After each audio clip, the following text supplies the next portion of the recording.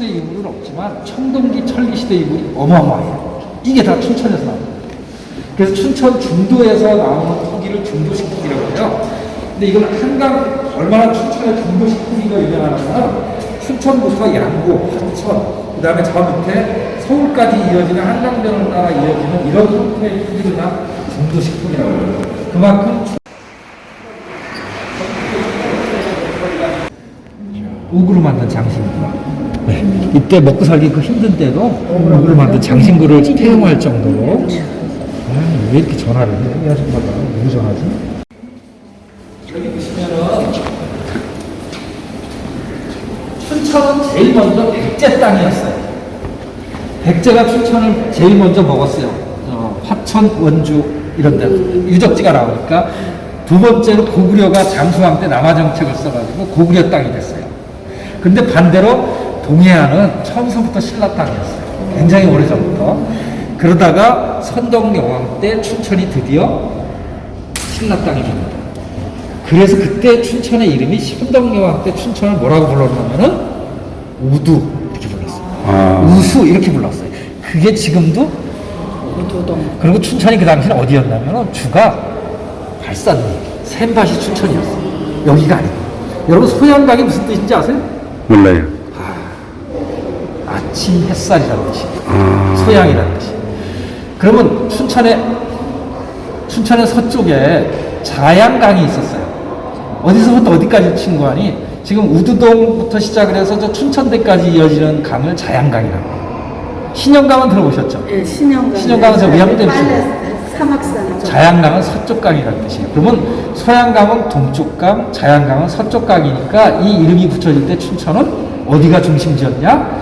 여기가 아니고 우두동, 샘밭 여기가 네. 춘천의 중심지였다가 선덕여왕 시절에 춘천이 신라 땅이 되면서 점점 이제 강남으로 넘어와요. 그래서 고려 때는 근화동, 소양릉 일대가 춘천의 중심지가 되고 조선시대 때 완전히 지금처럼 옥천동, 교동, 중림동이 춘천의 중심지가 됩니다. 그런 흔적들을 이제 이건 영동지방 강원도에서도 이런 왕관이 나와요. 자, 여기 이거 많이 좀 재밌죠? 이쪽으로 한번.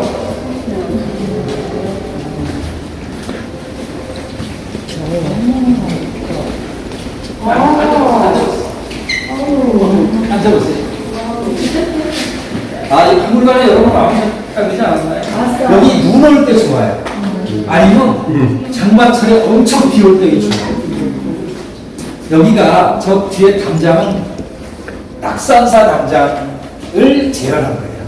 낙산사 가보셨잖아요. 네. 그리고 여기 있는 부처님 조각상이나 또 태실이나 또 부처님 광배, 부처님 그 다음에 이런 탑의 받침돌 이런 것들은 다 여기저기서 주워서 나온 거예요. 모아놓은 거예요. 여러분 보시면 여기 저희가 지난번에 제가 왜 수업 시간에 저 사천왕 그런 거 그랬잖아요. 저기 지금 있죠. 이게 이제 저기 저 부처님 옆에 있는 저 배처럼 생긴 거는 깡배. 이거 시험에 나오고. 그리고 신라의 작품들이에요. 다 무덤에서 나온 거예요. 근데 신라 때는 그런데 아주 그런데 되게 재밌는 게 있어요. 이게 삼척에서 나왔어요. 동해에서. 요게 가야 거예요. 그런데 자 여기는 신라 땅이고 강원도 땅이었는데 어떻게 가야께 나갔을까요? 얼굴이죠. 진흥왕이 신라를 가야를 멸망시키고 나서 당시에 병강이라는 곳에 부평, 삼척, 동해 이쪽에다가 가야 사람들을 강제 이주시키고 통째로 너네 이만큼 이 마을 사람들 전부 저리 이사가 이 사람들을 전부 부평으로 이사를 시키고 나서 기록에 나옵니다. 이사를 시키고 나면 이 사람들이 거기 와서도 고향을 그리워해서 자기들이 고향 땅에서 만들었던 도자기, 토기들을 그대로 만들고 자기들 조상이 죽으니까 무덤 속에다가 자기네 고향에서 만들었던 그릇들을 넣었어요. 이게 역사예요. 이 고고학이라는 건 참 재밌죠. 이 사람들이 얼마나 애달픈 마음이 여기 담겨 있겠어요. 그래서 고향 땅에서 강제 이주당했던 생각을 하면 가슴이 짠하죠. 요게 큰 무덤이에요. 자, 이제 통일신라가 옵니다. 자, 이제 통일신라가 되면 불교가 우리 사회의 주류가 되고, 그래서 여기 보시면은, 여기 그냥, 춘천은 신라 때 삭주라고 불렀어요. 아시죠? 춘천의 진영. 이게 시작이라는 거, 왜 시작을 사기라고 해요? 한자로. 초하루란 뜻이에요. 근데 반대로 끄트머리라는 뜻이 있어요. 그러면 경주에서 볼 때 강원도 춘천 땅은 쫙 끄트머리다. 이런 뜻이 있어요. 여러분들 고려가 되면 춘천을 뭐라고 부르죠? 춘주. 무슨 뜻이죠? 고려의 수도는 개성이죠. 개성 입장에서 춘천은 어디예요? 동쪽이에요. 동쪽이란 뜻이에요. 근데 사람들이 이걸 어떻게 해석하느냐? 봄이 오는 강 이렇게 얘기하는데 그것도 뭐 나쁜 뜻은 아니지만 원래 뜻은 동쪽이란 뜻이에요. 이건 끄트거리란 뜻이에요. 고려 때 오면은 수도가 바뀌니까 정부에서 볼 때 우리나라의 지도가 바뀝니다. 그러니까 춘천은 개경의 동쪽 도시가 돼서 춘주가 됐습니다. 자, 여기 보시죠. 통일신라 시대에 나왔던 수많은 부처님들이 있어요. 다 서서 계신 부처님들이죠. 자, 그러면 앉아서 이렇게 법당에 모셨던 부처님도 있죠. 근데 다 사라지고, 아니면 이제 꼭대기 있거나 이런 부처님이, 앉아 계신 부처님이 계시면 다 국보 고물이니까 서울에 가 있고 말이에요. 이런 작은 부처님들은 일종의 여행자, 개인의 원불, 탑 속에 너무 모셨다던가, 집에서 본인이 집에서 부처님을 모셨다던가, 아니면은 이동식 부처님. 그런데 되게 재밌는 사실은 서계식 부처님 손을 다 이렇게 했어요. 서서 이렇게 할 수가 없잖아요. 이걸 여원인이라고 해요. 요거 이렇게 하시는 게 여원인이에요. 요거 이제 불상 시간에 사실은 홍성익 박사님이 다루진 않았는데, 요렇게 하시면은 항마총지, 요렇게 하면은 직원인, 요렇게 하면 아미타 구품인, 돈 달라 그럴 때 기억하시고 요걸 여원인이라고 해요. 그런데 뒤로 한번 돌아가 보세요. 이 부처님들 뒤에를 한번 보세요. 뒤에 보세요. 헐. 뭘 다 받쳐놨네. 자, 뒤에 보면 뭐 뾰족한 거가 있죠. 옷 같은 게 있죠. 아니 빵꾸가 났거나, 아니면 아예 뒤가 없거나. 왜 이럴까요? 왜 이럴까요? 물력이 들어있어요. 어디다 붙여놓은 건데? 보시면은 요 부처님이 여기 올라가는 거예요. 구멍이 뚫려 있잖아요. 이거 주물을 하기가 되게 어려워요. 그러니까 따로따로 주물을 해요. 그래서 저 부처님 발 밑에 보면은 뾰족한 촉이 있어요. 여기다 끼우는 거예요. 반대로 이분들은 뒤에 광대가 있어야 돼요. 부처님. 광대가 다 있었던 거예요. 광대는 다 세월이 흘러서 사라진 거예요. 심지어는 이분들은 뒤에 광대를 만들 거니까 아예 등짝을 안 만들었어요. 이해가 되시죠? 어차피 뒤에다 광대를 붙일 겁니다. 정말 길죠. 이 시대에 청동 주물하는 건 굉장히 어려움이 크거든요. 그렇다는 말씀. 그래서 다 이렇게 뒤가 텅 비어 있어요. 왜냐? 광대가 뒤에 붙어 있어요. 광대 좀 이따 말씀드릴게요.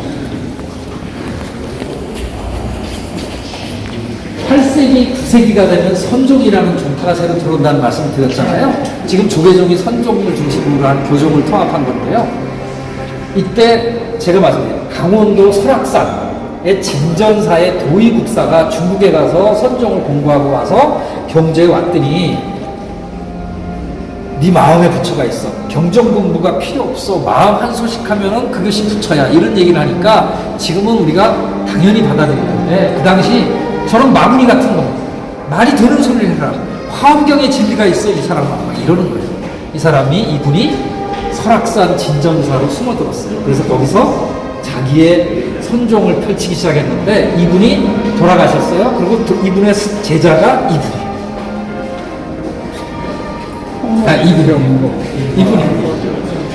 이분이 이제 이분의 제자가 여기는 없습니다만 이분이 이제 이분한테 가르침을 받고 원주에서 돌아가셔서 원주에서 홍법선사 염고화사예요. 염고화상 탑이라는 게 나오는데 그 탑 안에 요만한 청동으로 만든 판이 나왔어요.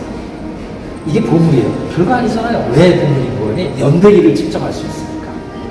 이 탑은 요때 만들었구나. 요 글자가 있거든요. 요때 만들었구나. 그럼 이 탑을 기준으로 해서 앞뒤가 기준점이 나오는 거예요. 그래서 이게 보물이에요. 탑도 있습니다. 탑은 국립중앙박물관에 있어요. 서울에 가 있어요. 뜰에. 그러니까 이분이 조계종을 만들고, 이분의 제자가 이제 장흥에 나온 보림사라는 절이 있어요. 그 보림사에서 처음으로다가 선종이라는 거를 크게 펼칩니다. 그래서 부산 선문이 시작됩니다. 이분이 시조죠. 그리고 이제 여기 보시면 강릉에 가면 불산사라는 학살에 어마어마한 절터가 있어요. 거기 범일국사라는 분이 역시 왕족 출신인데 이분이 새로운 선종을 펼치는데 사고 있습니다. 이분이 지금의 대관령 국사선왕이에요. 네, 대관령에서 왜 강호제 지낼 때 신으로 받드는 분이 이분이세요, 사실은. 제가 안타까운 건 강원의 얼이라는 그런 강원도에서 프로젝트를 진행한 적이 있는데요. 강원도가 배출한 인물들을 선양하는 사람이에요. 그런데 사실은 범일국사쯤 되면 당연히 거기 들어가야 되는데 안 들어가요. 왠지 아세요? 그만큼 불교계 인재가 없는 거예요. 그런 사람들을 발굴하고 거기에 집어넣으려면 불교에서 스피커들이 있어서 이 사람을 여기다 넣어야 된다고 추천해야 되는데 안 하니까 범일국사 같은 분이 안 들어가는 거예요. 주로 누구냐? 학자입니다. 여기 보시면 이 정도 말씀을 드리고 여기는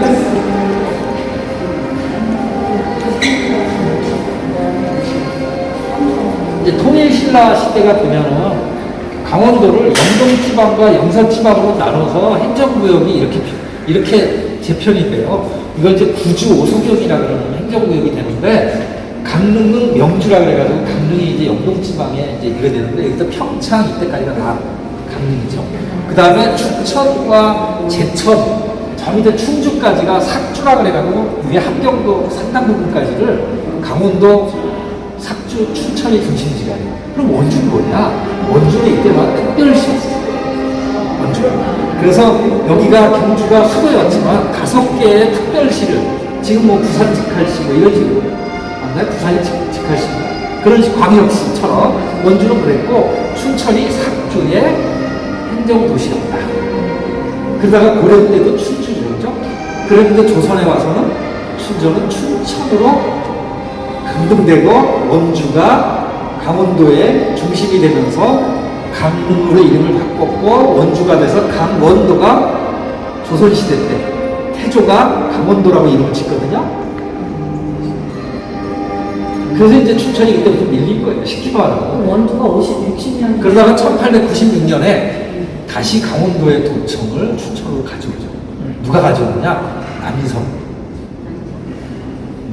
지금 남이섬 소유주의 할아버지.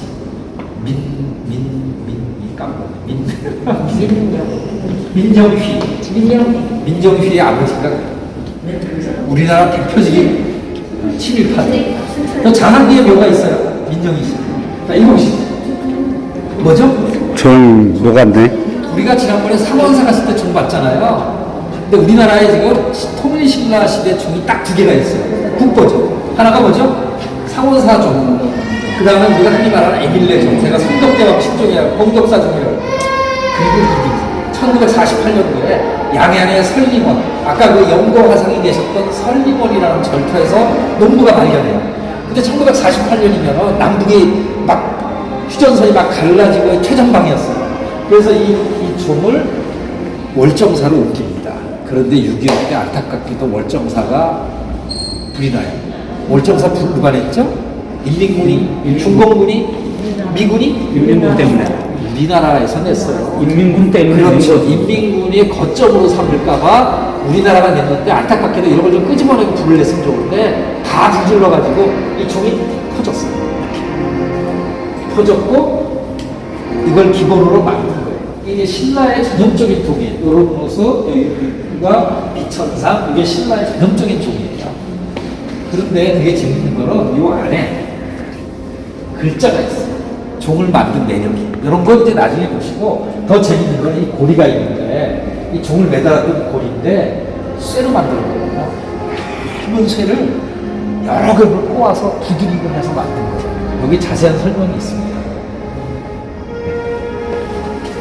가시겠습니다. 2층을 보실게요. 여기 하는 길을 따라 걸어가면 우리 박물관 회원님들이 제가 같이 갔더니 이런 데를 어떻게 알았냐. 거기 가면 보물이 그 탑 속에서 어디에 미천골, 양양 미천골. 미천골 자연휴양림 안에 설림원 터가 있어요. 네. 이분이 계십니다. 이분들이 계셨던 곳이에요. 아, 그런데 저 기와를 보세요. 요즘 절에 기와 이렇게 못 만들잖아요. 네. 이 기와를 만든 장인들은 경주의 왕궁에서 만들었던 장인들을 보낸 거예요. 이 변방 땅까지. 왜냐? 큰 스님이 계시니까.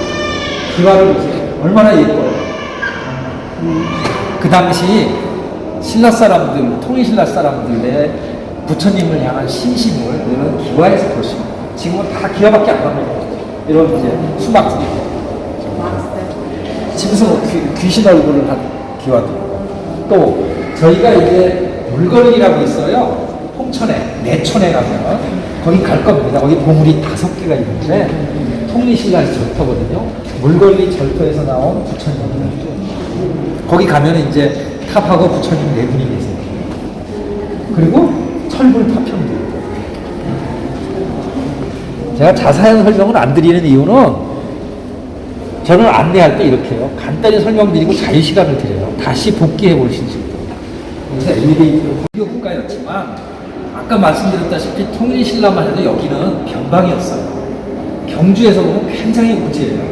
그래서 춘천 근처, 내지는 원주 근처에는 통일신라 시대에 변변한 유적들이 별로 없어 많지 않아요.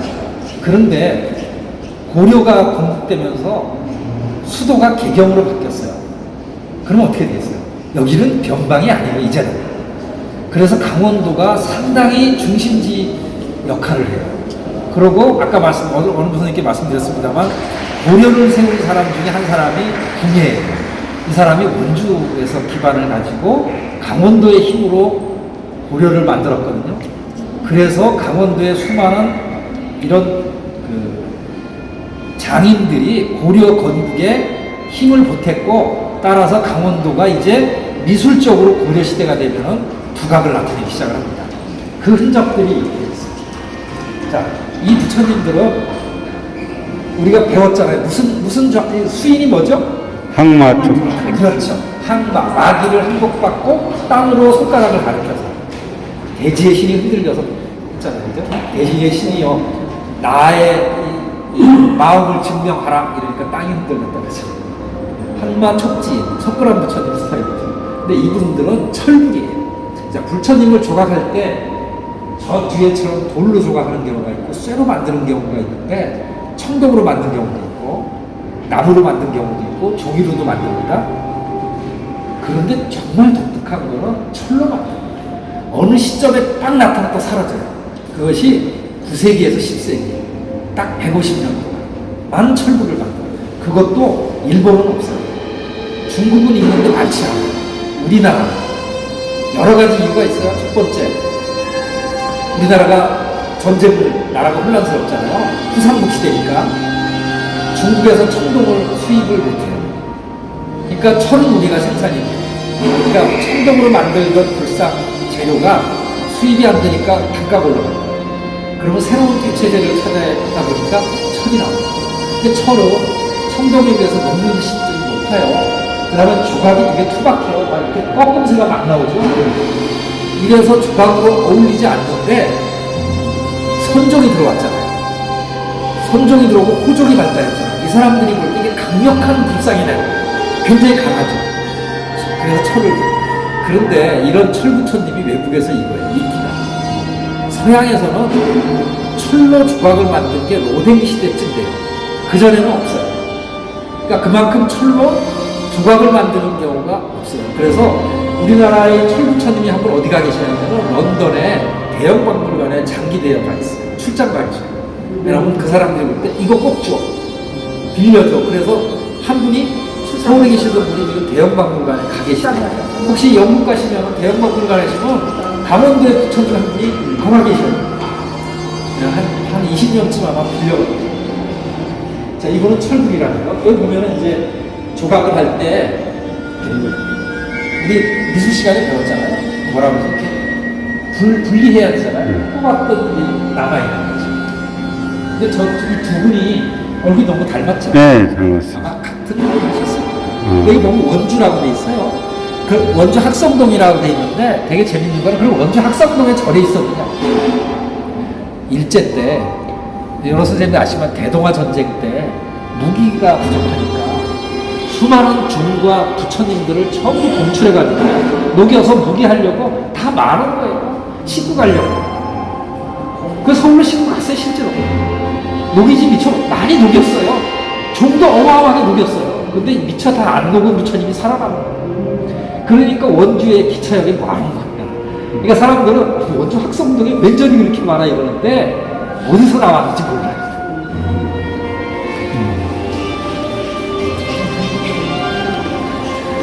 이 부처님 잘생겼죠, 얼굴이. 미소를 지니. 이 부처님 뭘 들고 있죠? 약사열애 부처님입니다. 자, 이런 게 이제 나중에 시험에 나올 수 있어요. 보살님하고 부처님을 구분하는 거는 머리, 장식, 그리고 부처님 중에 손 가지고 제일 좋은 거는 법당에 써 있는 현액인데, 현액이 없어도 부처님을 알려면 손 수인을 가지고 알 수 있어요. 약사 부처님. 근데 잘생겼어요. 보물이에요. 근데 이분은 조각하는 방식이 저분하고 이분이 달랐어요. 이분은 이렇게 이어 붙이는 점이 있죠. 이분은 없어요. 이쁘네요. 이분은 밀랍추정법이라는 걸 썼어요. 굉장히 어려운 추정법. 옛날에 밀랍은요, 금하고 비슷했대요, 가게로. 그러면 밀랍을 이렇게 많이 해가지고 밀랍으로 두각을 해서 그 다음에 흙을 바른 다음에 불을 떼면은 밀랍이 녹을 거 아니에요. 사이가 벌어질 거 아니에요. 그럼 그 안에다가 주부를 그 밀랍이 녹을 거 아니에요. 그리고 돌아오고 쇠물 군대구나. 여기 뭐가 있죠? 광대를 아, 꽂았고 광대. 여기 이제 부처님의 위신력을 상징하는 광대가 있어요. 고정했습니다. 자, 이 부처님은 무슨 부처님일까요? 그렇죠. 손볼. 네. 법신 비로자나불. 근데 이 두 분이 닮았어요. 근데 보시면은 이렇게 기단이 있고 이렇게 엎드린 연꽃이라고 해서 이걸 옥년이라고 해요. 엎드린 연꽃. 그 다음에 이거는 우러른 연꽃이라고 해서 안견, 우러를 안견 이렇게 있어요. 그런데 얼마나 장식을 많이 했냐면 연꽃 꽃잎에다가 또 보글보글 그렸고요.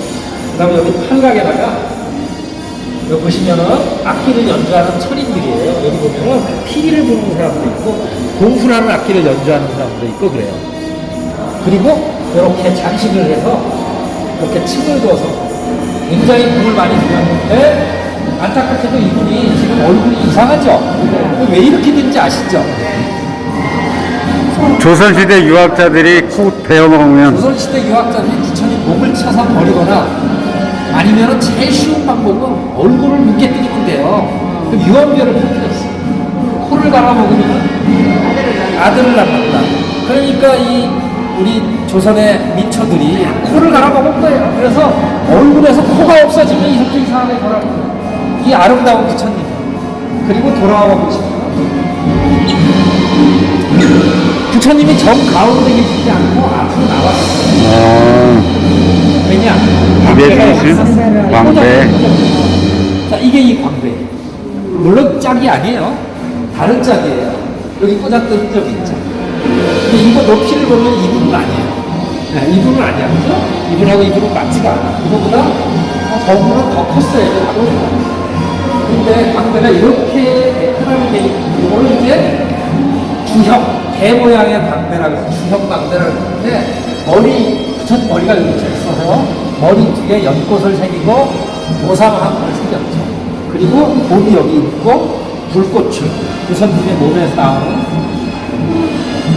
광채 이걸 표현하기 위해서 불꽃을 이렇게 화려하게 조각을 했는데 저거 보면 더 알 수 있죠. 자, 이제 드디어 춘천박물관의 유일한 국보 부처님 그 다음에 금을 입히면은 저렇게 돼요. 근데 여기는 이제 부처님이고 보살님인데 고려시대 때 가장 넘버원이 관세음 보살님입니다. 지금도 관세음 보살님이가 제일 많잖아요. 관세음 보살님. 가장 많이 신봉된 대상이 석가모니 부처님이 아니고 관세음 보살님, 아미타불, 지장보살 이 세 분이 그만큼 우리가 살아있을 때는 관세음보살, 돌아가셔서는 제자보살, 아미타 부처님께 중생이 원하는 게 많은 거죠. 석가모니 부처님은 아무 얘기도 안 하니까. 자, 이쪽으로. 애기에 이러시는 분이 있어요. 그런데 이제 문수보살님이세요. 그러면 이 보살님이, 문수보살님이 약간 왼쪽으로 이렇게 있죠. 네. 그러면 여기에 반대쪽에 누군가 한 분 계셔야 돼요. 이렇게 하신 분이 또 있어야죠. 고현보살이 있어요. 그리고 여기 가운데에 비로자라 부처님이나 석가모니 부처님이 계셔서 삼종분이 완성이 되겠죠. 얘가 사자인데 오른쪽으로 석가모니 부처님 쪽으로 고개를 살짝 돌고 있잖아요. 그렇게 삼종분이 있어야 되는데 지금은 문수보살님 여기 와 계시고 고현보살님은 강릉시 부두에 계세요. 거기는 보물이시고 이분은 국보예요. 왜냐? 이 깨졌어요.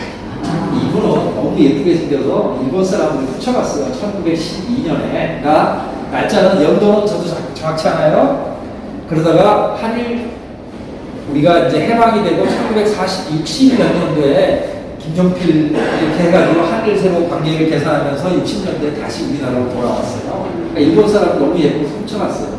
그런데 이 밑에 사자 좌와 대자와 위에 부처님은 다르죠. 나는 첫 번째 새로 만났어요. 두 번째 왜 다른가? 깨진 거는 강릉에 있어요. 사자는 재질이 다르고 우리나라는 화강암이 국가예요. 화강암은 디테일한 조각이 어려워요. 강도가 너무 세서 깨져요. 그래서 우리나라 국상들을 보면 좀 전에 보셨지만 비로자나 보셔도 다 두른 뭉치래요.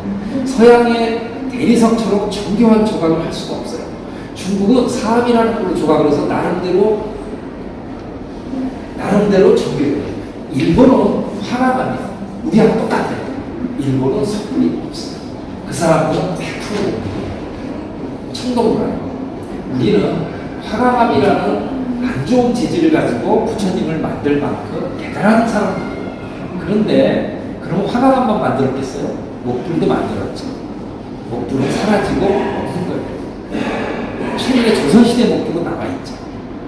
신라 때도 목불이 있었을 텐데 나무라는 제인들은 사라졌고 그 당시 신라 사람들이 혹은 고려 사람들이 볼 때 오래가는 부처님을 만들려다 보니까 돌로 조각합니다. 근데 우리는 돌이 대리석이 없으니까 화강암이라는 조각하기 어려운 소재를 가지고 조각을 했고 이분은 대리석이에요. 물론 로마나 그리스에 있는 대리석하고 좀 다른데 어쨌든 하얀색 대리석이에요. 상당히 정교하고 이분이 되게 이상한 의자를 쓰고 있잖아요. 강원도에서 만나요. 월정사에 계시고 강릉의 신복사에 계시고 여기 계시고 턱이 얼굴의 3분의 1이야. 이게 특징이에요. 이분의 월정사에 계신 보살님 이렇게 공양보살님, 신복사 강릉의 관동대학교 앞에 계신 신복사 보살님 이분 세 분이 다 턱이 30% 얼굴에 그게 특징이에요. 그런데 최근에 이분은 이제 독존이었습니다. 아까 말한 신복사나 강릉에 있는 분은 탑을 공양하는 보살이거든요. 이 보살이 강릉도에만 있어요. 정말 강릉 지방에만 있어요. 그런데 최근에 원주에 어마어마한 절터였던 고려시대 법천사터에서 발굴이 나왔는데 다 깨졌는데 공양보살상이 나왔어요. 그래서 이게 강원도에서도 영동지방만 있는 게 아니라 영서에도 있었구나 하는 게 이제 새로운 확산입니다.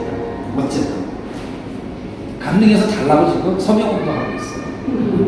그런데 안 줘요. 왜냐하면 강릉에 국가기관이 없어요. 만약에 언젠가 강릉에 국립강릉박물관이 생기면은 그러면 춘천박물관은 또 국보가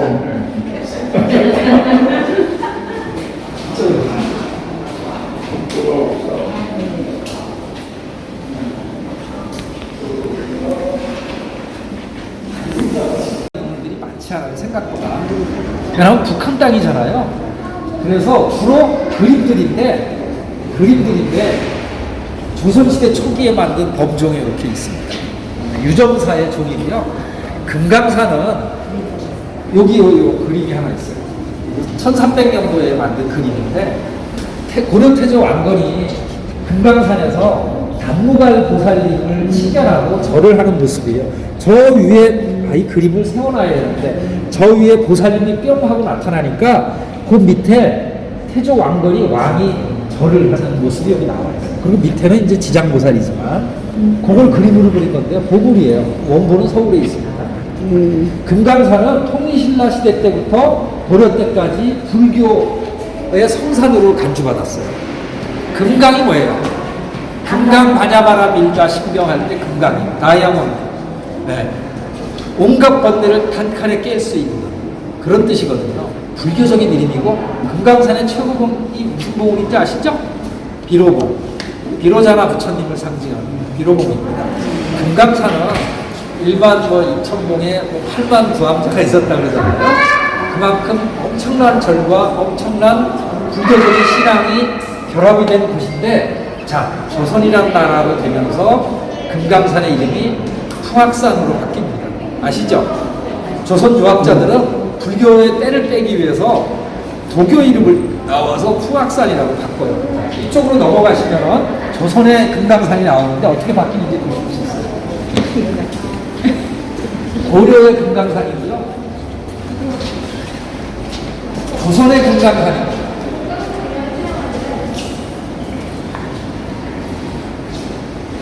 이게 뭘까요? 가마죠.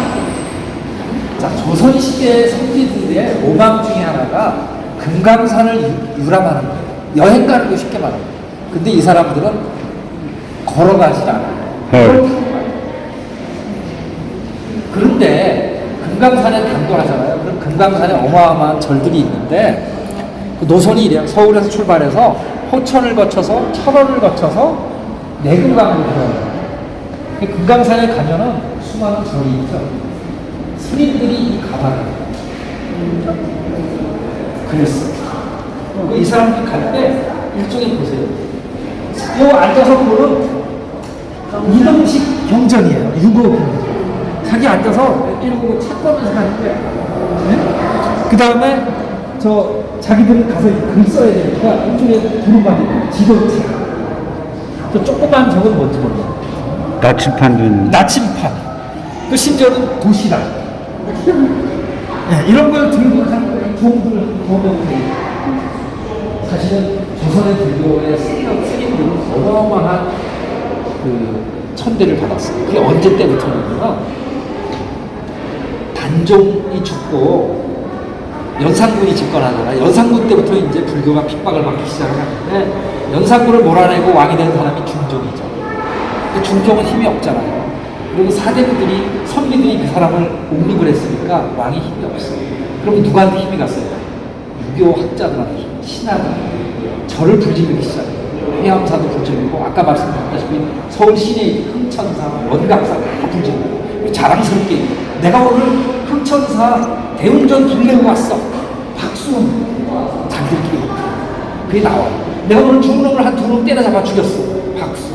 이렇게 그러다가 명종 때 아까 말했잖아요. 명종 때 잠깐 보우스님이 나타나서 강남의 보문사에서 다시 승과 시험을 보고 그래서 그 한전 부지명 허엑스 부지가 승과평이라고 합니다. 그때 시험 봐서 박어급장군이 서산돼서 사명대사. 보우스님 때문에 조선의 불교가 명맥이 유지되고 사명당 서산대사라는 건출한 인물들을 배출했고 임진왜란 때 이분들이 나라를 위해서 목숨을 바쳐 싸우면서 왕실에서 불교를 새로운 시각으로 바라봅니다. 그래서 겉으로는 통치 이념이 겉으로는 유교였지만 실질적으로 불교가 민간에서 지배하는 게 다시 돌아옵니다. 조선시대 아까 말씀드렸던 중종 때부터 임진왜란 직전까지 불교가 분지박산입니다. 솔직히. 그런 아픈, 그래서 금강산이 그렇다는 거고요. 저는 그런 그림에는 이제 금강산에 묘길산 부처님이라든가 이런 주제가 나오긴 나오답니다. 이때는 일부러 금강산이 안 그러고 풍악산 이런 식으로 이름을 불렀어요. 이렇게. 심지어는 일제 때도, 일제시대 때 금강산을 가는 기찻길을 와요. 아시죠? 철원으로 해서 가는 기찻길을 왔고, 서울에 돈 좀 있는 사람들은 금강산으로 가는 거예요. 유람을. 그리고 수학여행도 가요, 서울 애들. 그 흔적들이 여기 남아있어요. 수학여행 가서 찍은 사진이며, 뭐, 예, 사진첩이며 이런 것들이. 그러나 지금은 이제 못 가고 있어서 설악산이 다시 떴어요.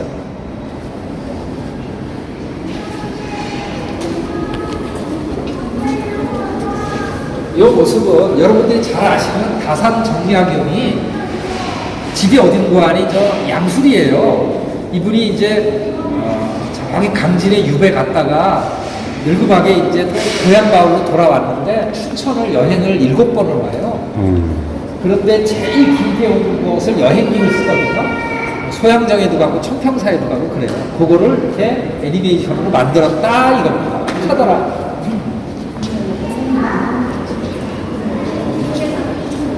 이거 뭔지 아시죠? 상형.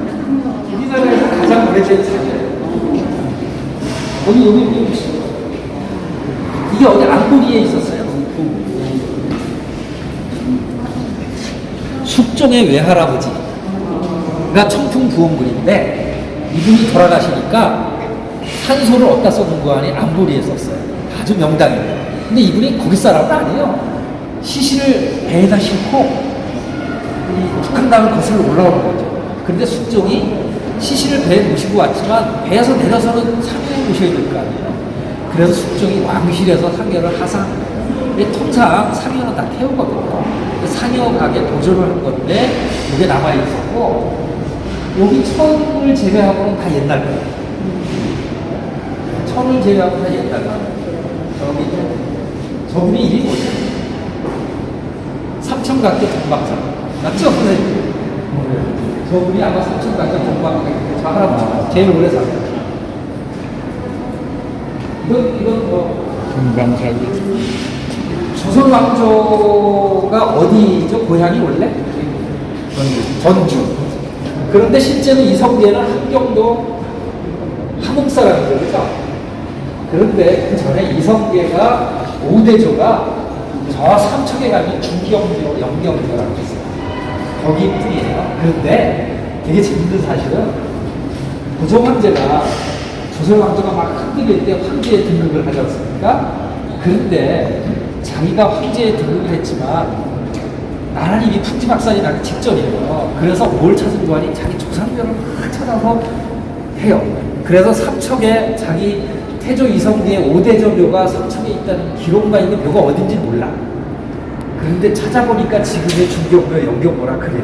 그래서 그 자리를 다시 성토하고 그 나무들을 못 피게 해서 내가 지금 강원도에서 제일 가는 나무가 오창화숲이에요. 이게 그때 만들어 놓은 거예요. 이게 초기게 아니까 한 100년 된 거예요. 금인 거예요, 다? 아니에요. 신주? 신주, 황도, 어보가 있잖아요, 어보. 저거는 순금인지 모르겠네요. 순금인 것 같은데요? 이거 뭘까요? 이 폭탄. 개를 담아놓는. 태를 저장하는 태합, 석합. 근데 왜 이렇게 컸어요? 그러게요. 여기다가 태를 넣어서 그냥. 춘천에 태국이 세 개가 있는가 아세요? 왕자들 태국. 어디 있어? 덕두원에 하나 있고, 용산리에 있고, 저기, 현암.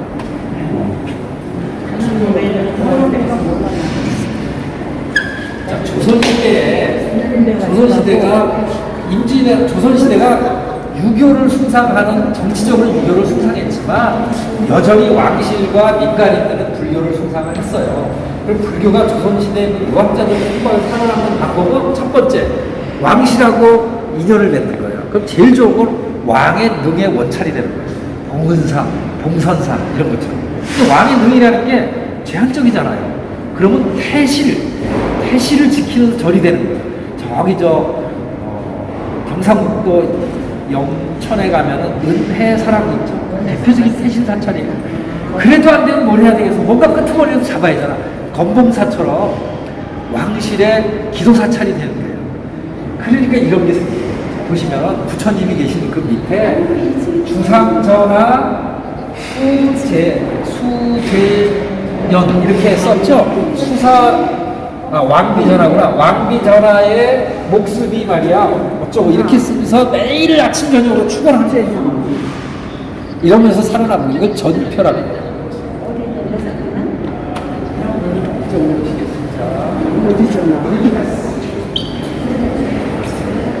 이거 재밌잖아요.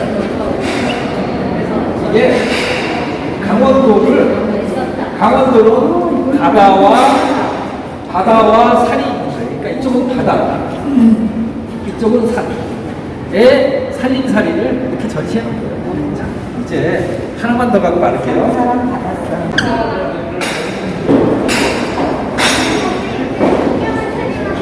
사람들이 막 미안합니다.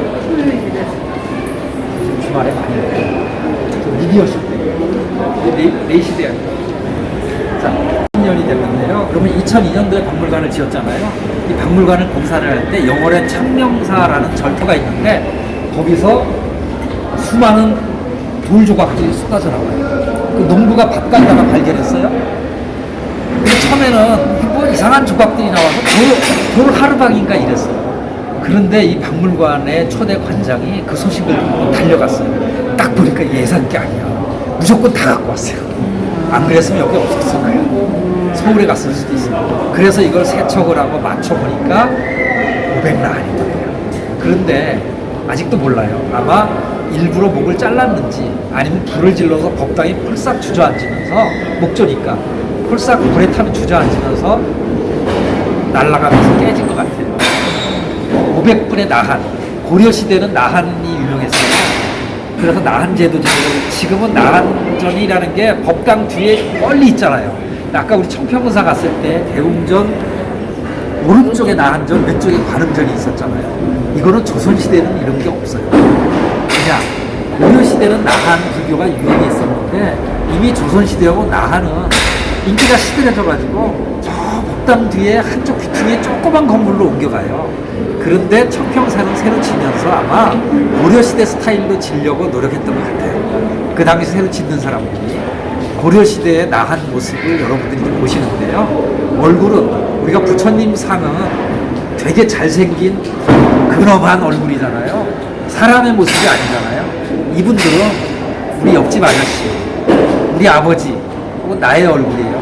선풍적인 인기를 끌었어요. 여기서 전시하고 이 전시를 국립중앙박물관에 갔을 때 40만 명인가 봤다. 뭐 4만 어마어마하게 인기를 끌었고요. 그리고 나서 작년에 호주에 갔다 왔어요. 내년에 뉴욕에 갑니다. 외국에서 막 빌려달라고 난리가 났어요. 얼굴을 보시면은 서양 사람들이 볼 때 그리스 로마 조각은 굉장히 정교하잖아요. 아주 투박하기 짝이 없는데 은근히 매력 덩어리예요. 그래서 그게 요만해요. 한번 살펴보시고 제일 마음에 드는 거 하나씩 찍어갖고 사진 찍어갖고 오셔서 밴드에 올리기. 자, 해설 안 하겠습니다. 여기 조용한 게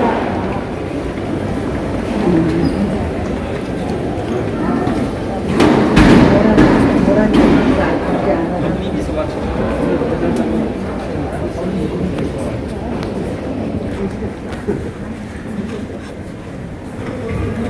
그렇게 앉아있으라고.